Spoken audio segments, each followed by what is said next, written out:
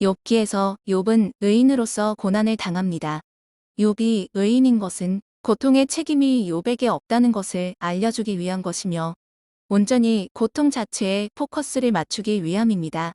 새 친구들은 너나 너의 가족이 죄를 지었기 때문에 고난을 당하는 것이니 회개하고 자복하면 하나님이 용서하실 것이라고 말합니다. 욥은 죄를 지은 것이 없으니 나에게 닥친 고난은 억울하다고 말합니다.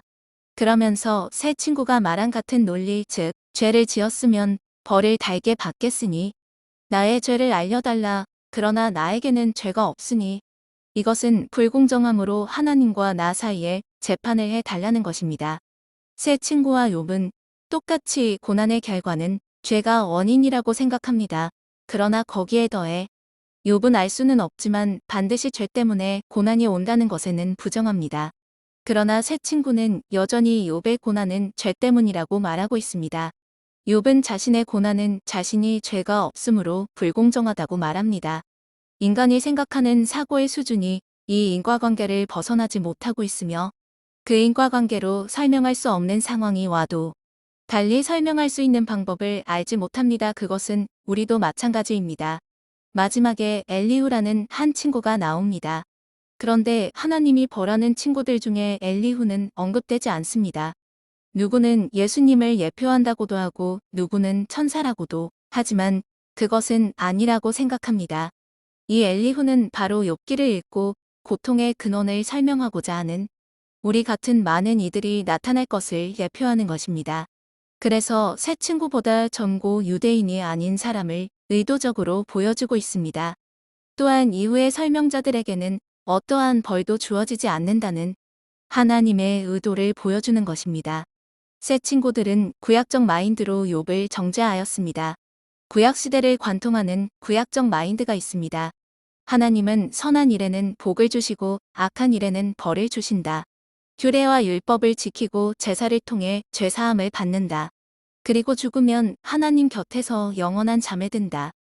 욥은 이러한 구약적 마인드를 벗어날 수 없는 시대적 한계를 가지고 있습니다. 그리고 의인인 욥을 통해서 구약적 신앙생활의 한계를 여실히 보여줍니다. 엄청난 고난이 닥쳐올 때 욥에게 내세신앙 즉 천국신앙이 있었다면 욥은 넉넉히 이기고도 남을 사람이었습니다. 그러나 욥에게는 내세신앙이 없었기 때문에 이 짧은 인생 중에서 자신이 선한지 악한지를 판가름을 지어야 했습니다. 욥은 죽기 전에 자신이 선한 자로 남기를 바랐기 때문에 하나님께 자신의 무죄함을 호소했습니다. 죽게 되면 어떠한 해명도 할 수가 없다고 생각했기 때문입니다. 의인에게 고난이 왜 오는가 라는 질문에 답을 할 수는 없습니다. 우리는 의인도 아니고 그러한 엄청난 고난을 겪지도 않았기 때문입니다. 그러나 죄 없이 고난이 온다 해도 모든 고난은 죽음과 함께 끝이 난다는 것과 이 생의 불공정과 모함은 이 생에 머무를 뿐이고 영적인 세계가 열리면 영원한 보상과 위로를 받는다는 것입니다. 욥기의 마지막이 예수님처럼 욥이 비참하게 죽음으로 마무리가 되는 것이 어쩌면 신약적 신앙을 보여주기에는 더욱 용이했습니다. 그러나 욥이 갑절에 복을 받는 것으로 결말이 난 것은 구약의 신앙인들을 위한 배려였습니다. 예수님이 오시고 2000년이 지났어도 많은 그리스도인들이 구약적 마인드, 즉 이 생이 나의 모든 것이라고 은연중에 생각하고 있습니다. 이것은 누구나 같습니다. 자신은 아니라고 스스로를 속이지만 진실은 보잘것없습니다. 우리가 죽음을 두려워하는 만큼 우리는 이 생을 그만큼 사랑한다는 것을 잊지 말아야 합니다. 그리고 현생의 모든 노력에 대한 대가가 현생에서 주어진다면 우리에게 희생이나 봉사 같은 단어는 필요가 없습니다. 예수님도 십자가에 달려 죽으시는 것보다 이스라엘이라는 나라의 왕이 되어 부흥을 일으키고 그 당시 모든 나라들보다 힘이 센 군사력을 갖추고 각 나라를 정복하며 그리스도교를 전파시키는 것이 훨씬 더 효율적이고 확실한 방법입니다. 새 친구들이 주장하는 현생의 선은 현생에서 반드시 보상을 받고 현생의 악은 현생에서 반드시 징계를 받는다면 완벽한 권선징악과 인과율의 세계가 펼쳐지는 것입니다. 그렇게 된다면 인간은 결정론적인 사고방식을 갖게 될 것이고 더 나아가서는 모든 행동의 동기가 결국은 자신의 자유의지로 결정하는 것이 아니라 악을 행하면 벌을 받는다는 결정론적 모티브에 매여 자율적이라기보다는 징벌이 무서워서 또는 상을 받기 위해서 자신의 모든 행동을 결정하게 됩니다. 결국 인간은 진정한 자유의지가 아니라 타율적이고 법가적인 동기로 행동하게 된다는 것입니다. 이러한 방식으로는 겉사람은 좋은 사람이 될 수 있지만 속사람은 어떨지 알 수 없는 것입니다.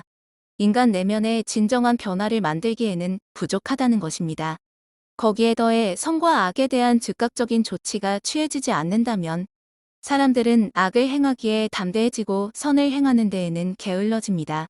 현재의 나의 선한 행동이나 악한 행동이 미래에 어떤 결과를 낳을지 모르기 때문에 인간은 자신이 정말 하고 싶은 대로 자유의지를 발현하게 됩니다. 그와 함께 의인이 받는 까닭 없는 고난은 선을 행하는 것이 도리어 괴로움이 되고 악을 행하는 자가 잘 사는 것은 인간이 선을 행하는데 거부감을 줍니다. 선한 일을 하는 데에 보상이 아니라 되려 징계나 비난을 받는 세상이라면 선을 행하려고 할 때에는 굳은 결심을 해야 한다는 것입니다. 진정한 의인을 찾을 수 있는 좋은 장애물이 되는 것입니다. 그리고 고난을 아무리 멋들어지게 설명하고 논리적으로 이해시키는 사람이 나타난다 해도 그것은 한낮 바람 부는 날의 깃털처럼 후우하고 고난이 닥치면 날아가 버리고 마는 것입니다. 고난을 알기 위해서는 고난을 경험해 봐야 합니다. 그리고 고난을 겪어야 스스로도 진정한 자신을 발견하게 되는 것입니다. 고난은 이해하는 것이 아니라 겪어내야 하는 것이고 욥과 같은 크기의 고난을 겪어보지 않았다면 그냥 입을 다물고 지켜보는 것이 지혜입니다. 하나님이 욥 앞에 나타나셨을 때 욥처럼 말입니다. 거기에 살을 붙이고 설명과 논리를 적용하면서 욥을 재단하는 행위는 소가 사람을 가르치는 것과 다름없습니다. 그러나 하나님은 막연하게 우리들의 입을 막으시지는 않으셨습니다.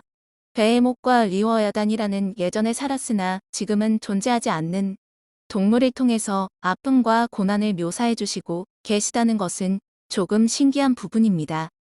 이 고난의 내용에는 죽음과 슬픔과 두려움과 절망과 분노 등 많은 것들이 들어있다고 생각합니다. 이 고난을 길들일 자도 없고 모든 것들이 연결되어 있고 한꺼번에 닥치고 사람의 마음을 온통 끌어올리게 하고 불사릅니다.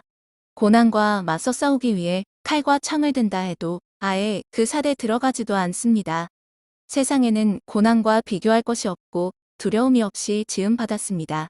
그것은 모든 높은 자를 내려다보며 모든 교만한 자들에게 군림하는 왕입니다. 솔직히 이것은 장님이 코끼리 만지는 격이 될 것입니다. 그러나 하나님은 고민하는 우리들에게 힌트를 주시고 조금이라도 도움을 주십니다. 그렇다 하여도 고난은 어찌해 볼 수가 없는 벽입니다.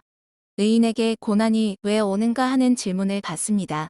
하나님이 정의롭지 못하기 때문에 의인이 고난을 받는 것이 아니라 연약한 우리들을 위해서 의인이 대신하여 이유 없이 고난을 당함으로 연약한 인간들이 진정한 자유의지를 발현할 수 있는 것이고 진정한 자유의지를 통해서 순수한 믿음과 사랑으로 선을 행하고 하나님을 향할 수 있게 하는 것입니다. 어찌 보면 의인의 고난은 예수님의 십자가 지심을 닮아 있습니다. 그러나 이것은 빈약한 이야기일 뿐이고 헛소리일 수도 있습니다. 가볍게 생각해 볼 뿐입니다.